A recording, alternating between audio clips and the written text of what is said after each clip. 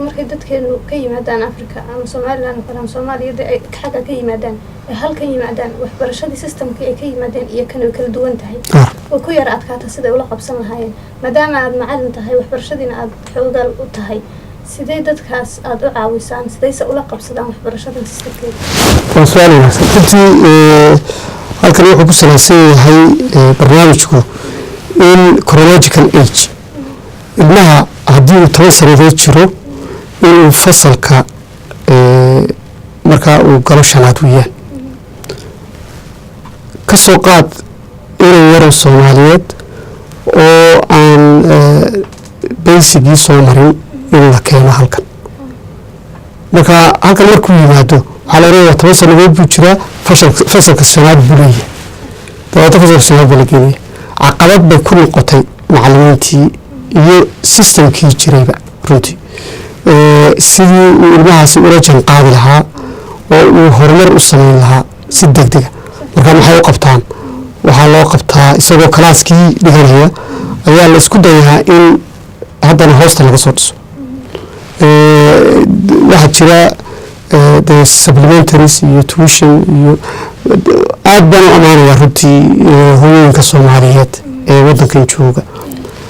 waxay aad iyo aad isugu dayaan sidii ay ilmaha ay dhaleen yar u soo gaarsiin lahaayeen halka u galdaloyada kala yahayna ay u kabi lahaayeen runtii waxaad arkaysaa ilmaha yar oo 7 cishaba 5 cisho iskuul tagaya haddii markaa aad u liito galinka dambe loogu darayo waxaad arkaysaa isagoo madaaristii la geynayo xaggii diinta 2 cisho fasax ahaa ama haddii ay haleeli kari waayeen weekendska markaa keenaan maalmaha wiiga in markaa ay waalidku aad isugu taxallujiyeen sidii ay 2 maalmood fasaxa u yahay ilmihii u geyn lahaayeen macallimiinta si wax loogu soo gaarsiiyo marka macallimiinta Soomaaliyeed sidoo kale ay farxaan hadii jeer waxaan sameynaa tuushano aan carruurta Soomaaliyeed ku kabayn si ay u soo gaaraan oo u soo qaadno mustawahooda waayo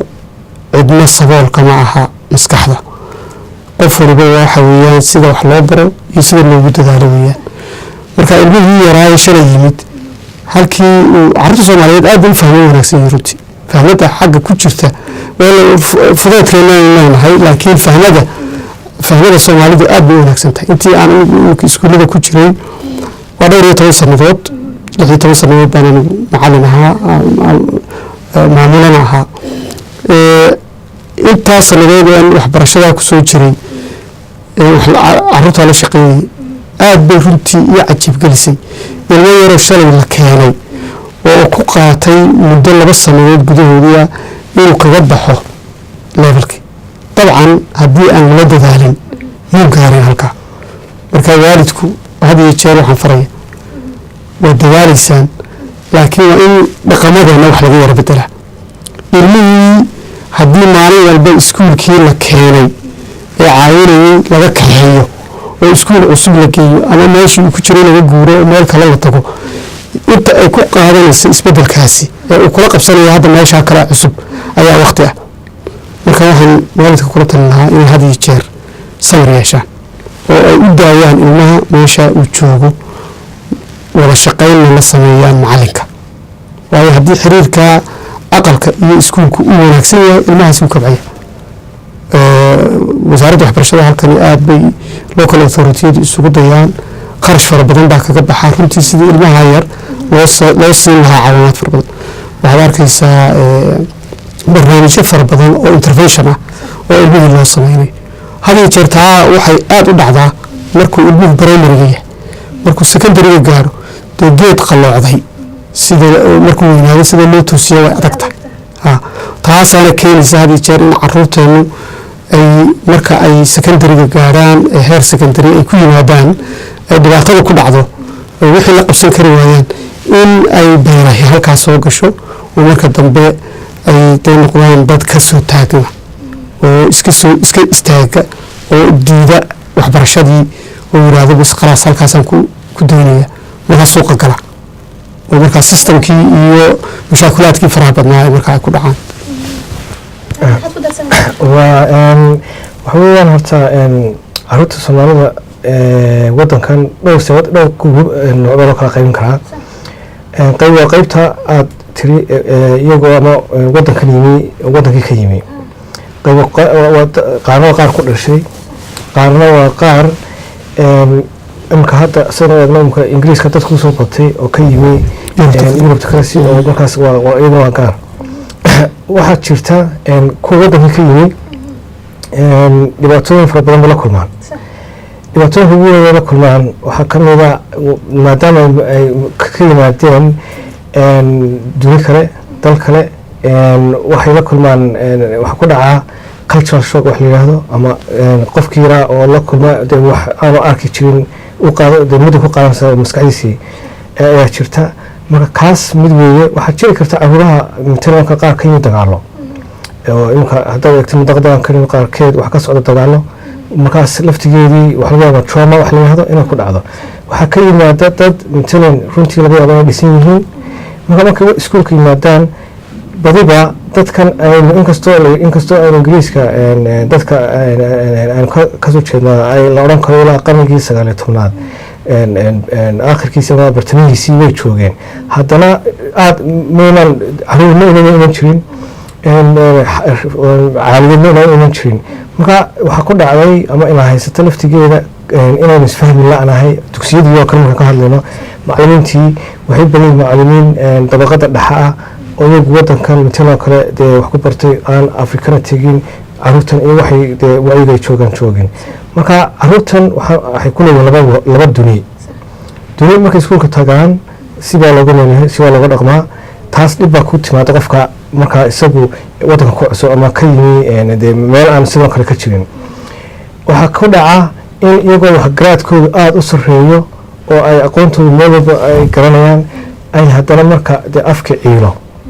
marka taasina loo arko mararka qaarkood waayo lacag bay u baahan yihiin, macalimiin gaar u baahan yihiin. dugsiga waxaa laga yaabaa dugsi dowladeed maaha dugsi gaar loo leeyahay,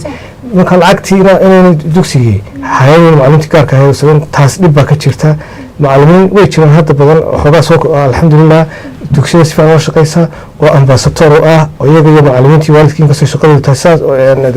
ay jirto. marka waxaa jirto kale in waalidkii caruurta ay la joogeen mucjisooyin badan haystaan, wadankii laftigooda laga yaaba ay la qabsan waayeen, laga yaabo inay arrimo kale oo qoys haysto. taas laftigeeda saameyn ku yeelato. ta kale aada u sii iyadana saameynta wala caruurta waxaa ka mid ah badiba xaafadaha ay degaan dadkeenu waa xaafada dayarta. taasina dugsiyadeedii way saameynaysaa, shaqadii nin raadsani way saameynaysaa, jaamacadu tegayay way saameynaysaa, asxaabtiisii way saameynaysaa. marka waxaa laga yaabaa inankaa ama inantaa ka timi wadankii ee aan haysan cid hagta ama ciday ku dayato oo markaa dee odhan karta waxaasna waa sax waxaasna waa qalad oo iyagiiba afkiidii aan ku dhaamin inuu markaa bilaacad ama mawjad ka xoog weyn galo. dad way ka dabaashaan. waxaan ogahay dhalinyaro fara badan oo wadanka iyagoo timi afka garanayn hadda maasha allah meel ka gaabay waxbarashada jaamacad ka baxay haddana shaqeeya waan arkaa. aad way jirtaa oo taas sawirka laakiin hadda jeer waxaa la tusaa sawirka xun. taasna way jirtaa dad caqabadahan ka hadlay ayaa keenaysa. taasna waxay u baahan tahay arrimaha bulshado kale oo aynu barnaamijkan ku saabsan yahay oo kale in wacyigelin laga sameeyo. marka laga sameeyo daraasado, laga sameeyo garanaysa iskaashi iyo isku xidhnaan. waxaa jira xuquuq badan oo u leeyihiin. haddaad xuquuqdii garanayn dugsiga la shaqeyn karayn dhibaataa jirta. marka dhibaatooyinkaas ayaa ka mida kuway la kulmaan. hadda waa jiraan kuwan kale yurub ka yimi laftigooda caqabadaha haysta iyagoo Swedish ku hadla, iyagoo Danish ku hadla, iyagoo ku hadla Dutch ayaa year 11 ama dugsigii sanadka kii labaad imanaya. afkii unbaa ciilaya waayo dee Dutchkan Ingiriisna kuma baran.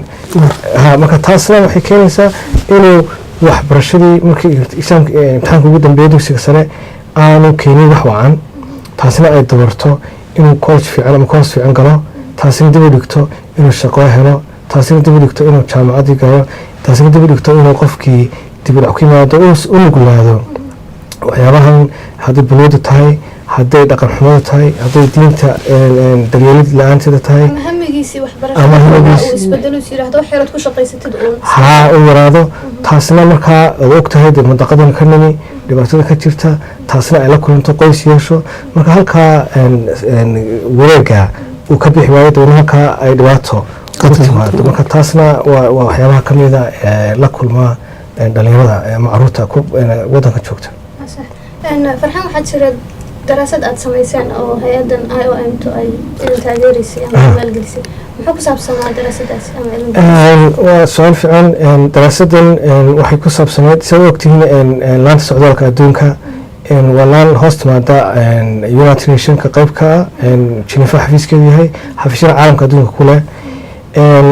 howlo badan ka qabata wadankeena iyo wadamo badan oo kale caalamka ah waxyaabaha ay maadaama ay laan socdaal tahay waxay ku dartay xagga horumarinta developmentka programyo ah oo ay markaa maalgeliyaan European Unionka United Nationka ama UNDP do kale hay-adahaasi ay iyaguna ay ku shaqakadeen ay sameeyaan oo ay ka mid tahay marka waxyaabaha dadkan xirfadleyda ah sidii ay wadankii uga faa'iidin lahaayeen aqoontooda iyo xirfadoodana u gudbin lahaayeen ama ula wadaagi lahaayeen dadka ay ka yimaadeen si markaa ay taas u ogaadaan mugga bulshada aynu ka nimi ee waxbaratay ama xirfadleyda ah intuu leegyahay ayaan anagu ay noo xisaabeen inaanu ka sameyno baaritaan dabcan baaritaan badan bay ahayd oo dheer waxay ahayd markii koowaad arrintaa dadka waxbartay oo wadankan jooga la baaro hadda jeer waxaa ina haysta ama saxaafadda reer galbeedka ama qarbiga ama dadka kale sameeyaan isqarxiis waxay ka hadlaan cayd waxay ka hadlaan maxay tahay shaqo la-aan waxay ka hadlaan dad wax kasta oo la nacay in madaxa laga saaro runtii sawirkii marka bulshadii joogtay suuqii maraysay dadkii la kulmayso waxaa la odhanayaa marka magacaagii soo shirtay aad eestaga taabato waxaa leeyahay hayaay sawirka baa qaadan wax camal lagama maqan waa dadkaa joogay ilaa 1860 imanayay markaas waxaanu ku daraasada ay ku saabsan dadka waxbartay waxaanu ku saleynay England iyo Welshka waxaa maasha Allah way soo socotaa ma weli lama soo saarin ilaa adigu bisha 8-9 ay la babashkareynaya insha Allah taasna dib baan ka soo sheegi doonaa marka waxa laga soo baxay waxyaabo fara badan oo aan cajiiba waxaan aragnay dad dhakhaatiira waxaan aragnay dad caafimaadka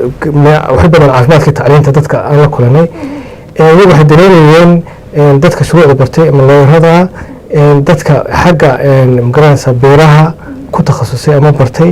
waayo mashaariicda dowladda wadankii geeyaan oo horumarka ay ka geeyaan waxaa kamid xagga beeraha inay ka taageeraan xagga shuruuc samaynta iyo xagga caafimaadka dan waa la sameeyay Finland oo kale barnaamij noocaas oo kale ay ka sameeyeen laakiin kan inay xagga ka sameeyeen UK oo dadku u badan yihiin markaas taas oo kale waxa laga soo baxay in dad nooc walba leh ay oo wax bartay oo dhalinyaro u badan oo inta u dhaxaysa 20 ilaa 34 da'doodu tahay oo hadda oo ku shaqeeya xirfadoodii 120 qof ee wax bartay waa wax badan markaas talooyin baan soo jeedinay ka hor dhici maayo in markuu soo baxo daraasada ayaan insha Allah iyagana talooyinkii iyo wixii oo dhan aan ka soo sheegi doonaa laakiin war lagu farxo dadka qaarkood way ka qayb qaataan horumarka dalka iyagoo jooga qaadan karaan waxyaabaha kamida waxa kamida idaacadda imka hadda waxaan leenahay waxa la yiraahdo Imagine Media umtana meelan lahaan jiray UK TV iyo television ama saxaafadda ka talooyin soo jeedinay in taal adeegsado kale ayaan ku talinay in internet-ka kale barnaamijka waxay yiraahdaan e-learning oo kale ama adigoo wadanka jooga aad samayso blog baad samayn kartaa xagga loo adeegsan maanta waayo khatar leedahay teknolojiyada casriga waxaana jiray waxyaabaha aad u fiican aan ku tan karno dadkuna bartaan waxyaabaha isbedelka technology-ga in mar walba horumarta waxbarashada ka hadlayno mar hore taasoo kale isbedel baa jira mar baa jirtay matalan sagaashameeyadii in markaad baranaysid aad essay qoraysid inaad kii gashay miligii ma lagu buugan karayo laakiin hadda gurigii computerkii gaarigii ayaad ku sidataa taas waa faa'iido laakiin markaad mawjada dhex gashid waxaad u baahan tahay inaad dabaasha baratid oo waxay xitaa imanka yurub oo kale waxay ka samaysatay siyaasad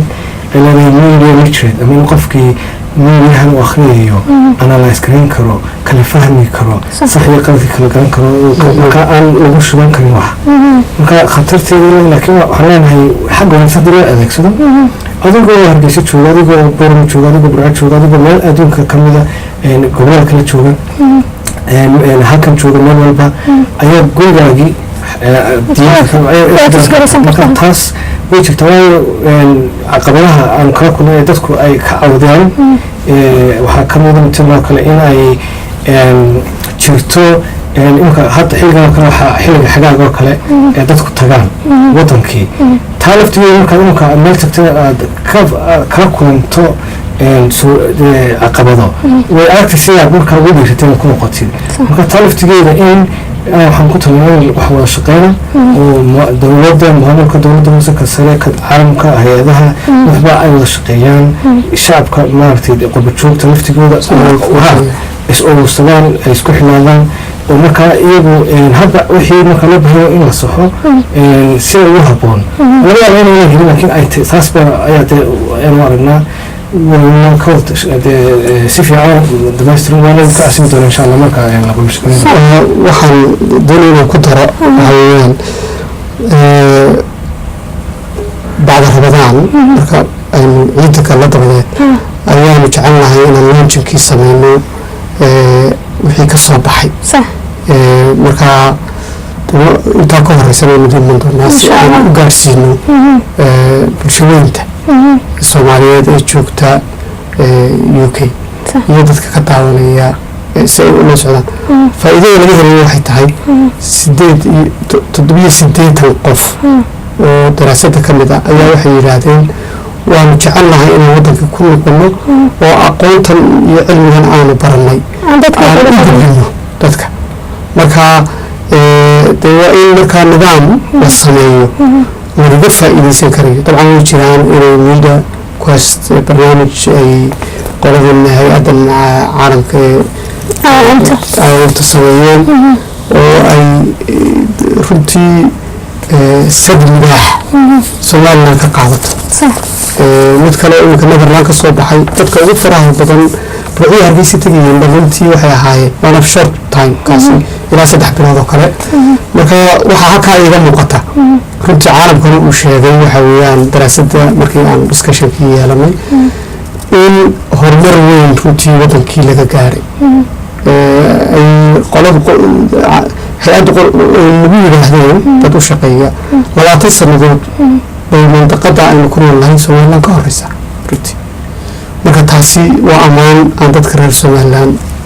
soo jeedinayo in halkaa laga sii wado oo laga kobciyo arrimaha waxaana lagu shaqeyn karaa xoog fara badan oo dhalinyaro ah oo waxbartay ayaa ka maqan wadanka in iyaga markaa loo fasiliteyn karayo sidii ay wadanka ugu soo noqon lahaayeen waxay u kordhin lahaayeen aanay noqonin mid kuwa markay fasaxa u yimaadaan caqabad kala soo kulma oo ay ku dhaliso meesha meel ma ahe aan dibaddeeda iska joogo faarax hay-adda IOM-ta ee daraasadan samaysay maxay ujeedadeedu ahayd ugu talagashay good question weeyaan had iyo jeer waxay sameeyaan inagoo qura maaha maadaama ay immigration iyo waxaa qaabilsan yihiin waxay hay-addani ujeedadeedu tahay sidii ay isugu xiri lahayd dadka diasporaha jooga sida imika soomaalida halkan yimid sidii waddankoodii horumarinta laga doonayo iyo barnaamijyada laga doonayo in laga fuliyo loogu adeegsan lahaa oo ay iyagu aqoontaa ay barteen waayo cid ilagaga wanaagsan ma jirto iminka haddaan hargeysa tago dee uga baahanaya turjubaan iyo system aan la qabsado iyo howlo fara badan waa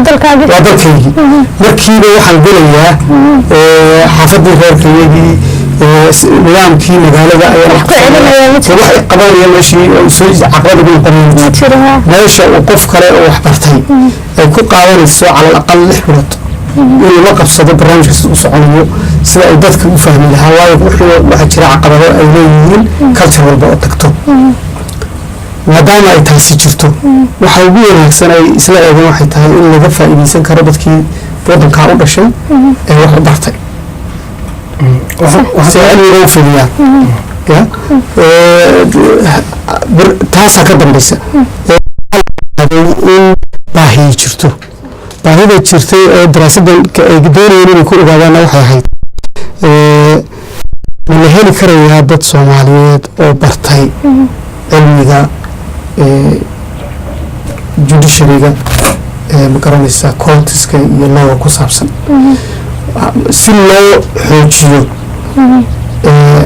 aqoonta iyo looga iyo sharciga laga sameynayo waddankii loo dhiso waayo dad imika halkan wax ku bartay baa jira oo looyara ah oo ka shaqeeya iyagii ma qori karayaan waxaa loo baahan yahay oo ma noqon karaan dad hore u marin karayaan wixii jiray oo la dhisay waa mid dad caafimaadkii wax ku bartay baa jira oo dhakhaatiira oo halkan dadka aqoontaa leh ee dhakhaatiirta halkan ka shaqeynaya ee heerka sare ka gaaray ee tababarka bixinaya aqoon kororsi iyo ma siin karayaan dadkii ay ka yimaadeen ee ku jiray health sectorka marka halkaasay arrinta baaritaankood ay doonayeen marka tayada iyo baaxadda dadka soomaaliyeed ee halkan jooga inteedaa la eg tahay ayay isweydiinayeen taana waxaa ka soo baxday inay dad fara badan oo aqoon leh dee waddankan joogaan marka waa sidii la isugu xiri lahaa dadka halkan jooga iyo waddankii baahidii taale markii koowaad ma maaha oo imka markii nagu dambeysay 120 qof ayaa mashaariic noocaas oo kale ah u shaqeeya imka muqdisho qaar baa jooga garoowe marka yani waxay isku mandaqadoo dhan soomaaliya ay adeegaan marka gaar ahaan had iyo jeerna waxay imka ay taageerayaan meel kasta oo xasilooni ka dhacdaba inay jiraan marka tan waxaa ku lug leh oo la qayb leh wasaaradda arrimaha dibadda iyo wasaaradda horumarinta caalamka david cole yidhaahdo markaas iyaga interskanaada hadhowto mashaariicda iyaga waayo waxay mandaqada sida ogtay xasilooni daro ayaa muddoba imika مثلا أيوك دليلين وكون سومالي سو كاني وحصل دن هذا كذا تدرين حتى إني كفرت مقدشو مثل كلا حفيز كفرتي وكا وحنا استابيليزيشن وكلا سياسة بدنا بعدين أنا نفتكر كتير ما لكن ما كانوا سين برشلونة لا سميه ولا إنك de haddana waxba dadkii waxaan sameynaya aanay jirin inaad lacag si gasi cilmo taado waxaan doonaya dad dhakhaatiira maaha marka taa aynu horumarka waxbarashada kale ka hadlinay in ay daraasadahuna fiican yihiin waxweeye ama marka imika ita dhaqankeena loo noqdo reerka marka la rarayo isla rabo sahan baa la tagaa marka sahankii la tago lasoo socday meel barwaaqasoona solka doog leh ama magaranaysaa dee horumar leh ayaa reerkii loo rabaa marka tan waa sahankii kadib hadhowta markaa wixii mashaariic soo baxa marka dadka qubajoogta faa'iido ugu jirta waddankiina faa'iido ugu jirta marka shaqooyinka hadhow la xayeysiiyo dee maasha allah waxaan u jeednaa inay dadku qayb qaataan imikaba qaar shaqooyin badan oo kale way jiraan oo ah marka dadka qubajoogta iyo laftigooda inay dalkay joogaan kasta dalkastoo joogaanba wax ka noqdaan markay wax noqdaan saas oo kale in aan kuwa aqoono inaan isku ayaa shaqo ku siinaysa laakiin haddaad waqtigaas ka lumiso naftaada waxba kusoo kormaysid dalka joogta kusoo kormaysid kaykaad ka tigana ku kormaysid marka yani midda kalena haddaan cilmiyan oo kale eegno waxaa dhacay waxaa brain migration ama ku dhacday dalkeena maskaxdii dadkii maskax lahaa baadii dhacay iyo dhibaatooyinkii oo dhalinyarada laftiisa imika ayaa wax dhaawac gaarsiiyey marka brain circulation wax la yidhahdo inaan maskaxda dib u celino oo kale ayaa tani ayaa marka loo eego cilmiyan ay tahay way jirtaa marka daraasad kale sidaan sameeyay waxaan eegaynaa dad imika jecel inaan sameyno dad kan aan tegay waddankii xaggan wax ku bartay ee tegay matala wadamada carabaha oo kale wadamadan afrikada kale oo kale u shaqeeya hay-ado badan u shaqeeya taa laftigeeda sababta keentay iyagoo yurub jooga ama maraykan inay ka tagaan xaggaa keenaan maxay ku dhacday oo kale sidoo laftigeeda xaggaa joogan laga samayn karaa inay waayo taasi dhib u keenaysa dadka quba jooga waayo xagga jooga marka intii wax baratay ka tagto dee wax isku soo hadhaysa dad marka laga yaabay inay dee waxbarashada ka hareen caqabado kale ay jiraan dee qaldan ayaa kaa imanaya marka taa laftigeeda inaynu tusno dadkan dee maaragtay policy makerka ama siyaasadda ku jira oo sawirka naftigiisa sawir fiican ka tusno waayo waxaan ogahay dad asxaab nahay intaynu ka shaqeeya arrimaha waxaa ka shaqeeya meelo kale fara badan oo aan iyagoo ku bartay maraykanka oo kale marka taasna runtii way u baahan tahay in la sameeyo waana wax aan ku tiri jiro insha allah صح هذه هذا مثلا يعني فرح إذا دمنت محد كسر كودي سباق هذا حق وحبرشة وصابسة وحبرشة وفنتي أبان وبهذين حي وحول بدون بوحلك كبحي كارلا وحويان أقول جانب أي عذرك أبوين دون ذا marka in hadii jeer dhaqdhaqaaqa iyo shucuurta ay dadku qaadeen ay wax walba ku keenayaan in la isku dayo sidii loo ligan lahaa awoodooda oo ay waxbarashada had iyo jeer aasaas ugu noqon lahay taas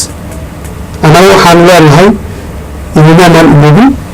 had iyo jeer waxaan ku taabaynaa ku taabagalaynaa ay tahay waxa aan wadno sidii aan wadanka uga horumar u gaadhsiin lahayn oo u keeni lahayn wax manfac u gala oo inka daraasooyin daraslaan ay kasoo sameeya wadankii si daraasooyinkaa aynu soo sameynay ay manfac u noqdaan oo aan wax u gelin meeshii farxaan xalaadina dadweynaha ku daawanaya reer somalilan adigu baaqaysa dhanka waxbarashada waxaan leeyahay cid kastoo daawanaysa hadda ama hadhowto meelay joogaanba dee waxweeyaan in la dadaalo ayaan ku talinayaa waxaan ku talinayaa macalinka hala ixtiraamo macalinka hala taageero macalinka hala tababaro hooyada iyo waalidka hala gacan qabto waayo bulsho ama qaran qoysba ka yimaada haddii qoyska hagaago xaafadii ba hagaagaysa haddii xaafadii hagaagto waxaa hagaagaya gobolka hadduu hagaago waa gobolada ba hagaagaya qarankiiba hagaagaya mantaqadii africa geeskii africa ayaa saa u hagaagaya koo talinayaa waa in waxay talk the talk and walk the walk ingiriisku hadalkana hadal socodkana ku dar waxay weyn waxayna soomaalida ku mahmaadaa xagro laaban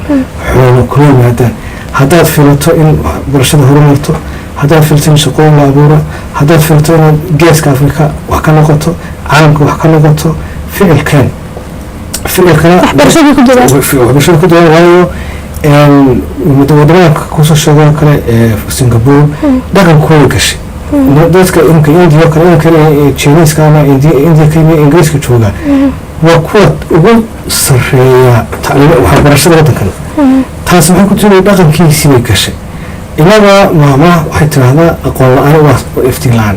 wayna u baahan wayna naqaanaa wayna ixtiraamnaa talinta markaa waxaan kasoo qeybi lahaa dhaqankeena aan ixtiraamno diinta aynu shaqeyno meel fogna aynu ka fikirno oo iska dayno waayo marka qofka hadlayo waa xisaabi